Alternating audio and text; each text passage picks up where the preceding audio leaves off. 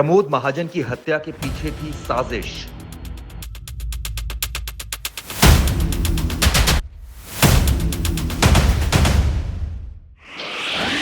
BJP नेता और पूर्व सांसद पूनम महाजन का सनसनीखेज खुलासा।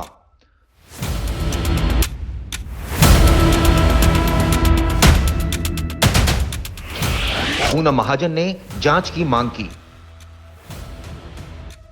बीजेपी नेता प्रमोद महाजन की हत्या को लेकर उनकी बेटी पूनम महाजन ने सनसनीखेज खुलासा किया है। पूर्व सांसद पूनम महाजन ने कहा है कि उनके पिता की हत्या के पीछे साजिश हो सकती है।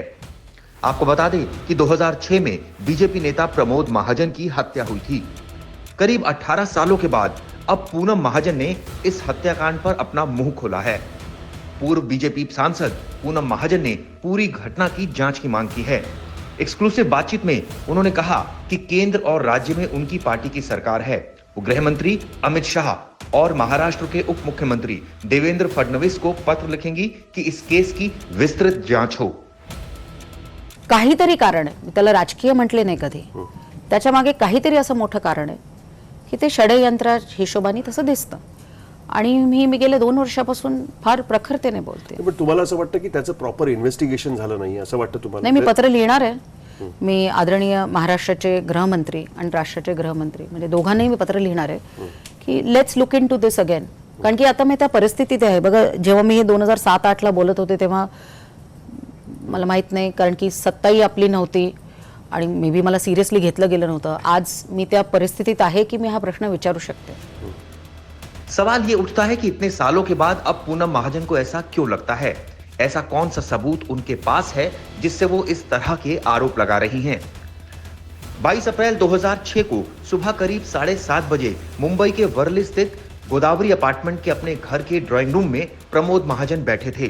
तभी उनके भाई प्रवीण महाजन वहां पहुंचे। करीब 10 मिनट दोनों के बीच बातचीत हुई। इसके बाद प्रवीण महाजन ने अपने भाई प्रमोद महाजन पर 32 बोर की पिस्टल से गोलियां चला दी। प्रमोद महाजन को मुंबई के हिंदुजा अस्पताल ले जाया गया। उनका 13 दिनों तक इलाज चला, लेकिन 3 मई को उनकी मौत हो गई। जांच में यह भी बात सामने आई कि प्रमोद महाजन के अपने भाई से रिश्ते अच्छे नहीं थे। एक दिन पहले ही प्रवीण ने प्रमोद महाजन को एक मैसेज भेजा था जिसमें लिखा था, अब ना होगी याचना ना प्रार्थना, अब रण होगा, जीवन या मरण होगा। लेकिन ये मनमुटाव इस मोड़ तक आएगा ये किसी ने सोचा नहीं था। प्रवीण के खिलाफ प्रमोद की हत्या का मुकदमा चला। 2007 में प्रवीण को उम्र कैद की सजा सुनाई गई। 2010 में प्रवीण की ब्रेन हैमरेज से मौत हो गई।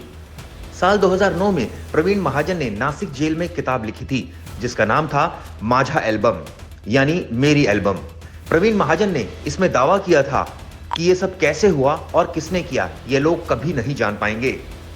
शायद इसीलिए अब पूनम महाजन को लगता है कि उनकी पिता की हत्या के पीछे कोई गहरी साजिश थी। देखना होगा कि क्या सरकार उनकी बातों को गंभीरता से लेती है या नहीं। क्या इस केस की फाइल रीओपन होगी या नहीं। सवाल ये भी बरकरार है कि आखिर क्यों प्रवीण महाजन ने ऐसा कहा था कि यह सब कैसे हुआ और किसने किया ये लोग कभी नहीं जान पाएंगे, जबकि सच तो ये था कि खुद प्रवीण महाजन ने ही प्रमोद महाजन पर गोलियां चलाई थी। तो क्या उन्होंने गोलियां किसी के कहने पर चलाई थी? ये तमाम ऐसे सवाल हैं जिनका जवाब मिलेगा या नहीं ये पता नहीं।